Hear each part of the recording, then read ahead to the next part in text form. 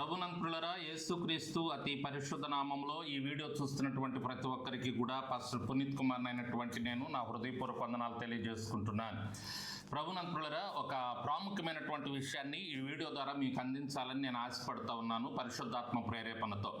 అదేంటి అంటే, దేవాది దేవుడు మనల్ని భూమి మీదకి పంపించినటువంటి ప్రాముఖ్యమైన కారణం ఏంటి అంటే, ఆయన నామానికి మహిమకరంగా మనం ఉండాలని. మన ప్రతి అడుగు, మన జీవితం, మన మాట, ప్రతిదీ కూడా దేవుని నామానికి మహిమ వచ్చేదిగా ఉండాలి. ఆయనకు మహిమ వచ్చే విధంగా మనం నడుచుకున్నప్పుడు దేవుడు ఎంతో సంతోషిస్తాడు. అందుకే అసలు మనల్ని భూమి మీదకి పంపించాడు. సరే, అందులో భాగంగానే ఒక ప్రాముఖ్యమైనటువంటి విషయం ఏంటంటే, చాలామంది అనారోగ్యంతో చూస్తూ ఉన్నారు, వ్యాధులతో, మరి శరీరంలో నుండి వచ్చేటటువంటి అనారోగ్య పరిస్థితుల్లో ఈ వీడియో చూస్తున్నారు. అటువంటి వారికి నేను తెలియజేసేటటువంటి విషయం ఏంటి అంటే, మీకు ఎందుకు ఆ వ్యాధి వచ్చిందంటే దేవుని నామానికి మహిమ రావటానికి, ఆయన నామానికి మహిమ రావటానికే మీకు ఆ వ్యాధిని దేవుడు మీలో ఉంచాడు. ఎలా మహిమ వస్తుంది? మీకు వ్యాధి రావటానికి, ఆయనకు మహిమ రావటానికి ఏంటి అంటే, మీకు వ్యాధి వచ్చినప్పుడు ఆ వ్యాధిని బట్టి మీరు ప్రార్థన చేసినప్పుడు, మీ జీవితంలో ఆయన కార్యం జరిగించినప్పుడు, ఆ వ్యాధి మీలో నుంచి వెళ్ళినప్పుడు ఆ వ్యాధిని తగ్గించినటువంటి దేవునికి మహిమ వస్తుంది. దేవునికి మహిమ కలుగును గాక. ఈ మాట నేను ఒక వచనం ఆధారం చేసుకొని మీకు తెలియజేస్తున్నాను. వ్యాధులతో ఉండి వీడియో చూస్తుంటే మీరు నిరుత్సాహపడొద్దు పిల్లరా.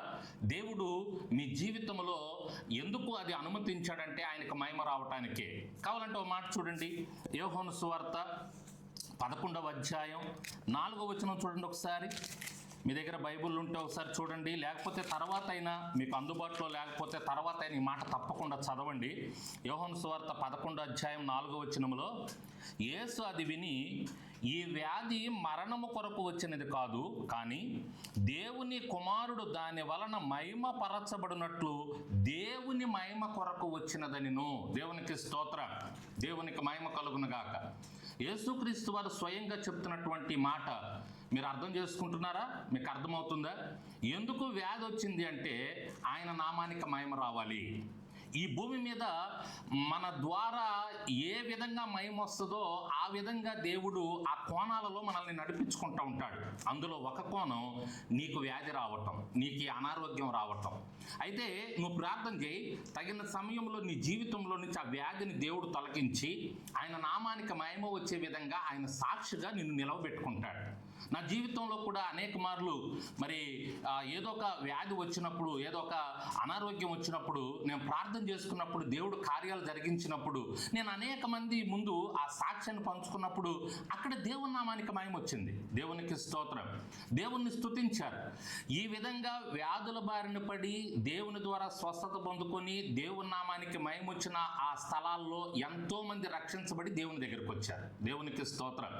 కాబట్టి ఇదంతా కూడా ఓ ప్లాన్, ఓ ప్రణాళిక, దేవుని ప్రణాళిక. అందుకనే కొన్ని సందర్భాల్లో మరి ఇంకా అనేకం ఉన్నాయి.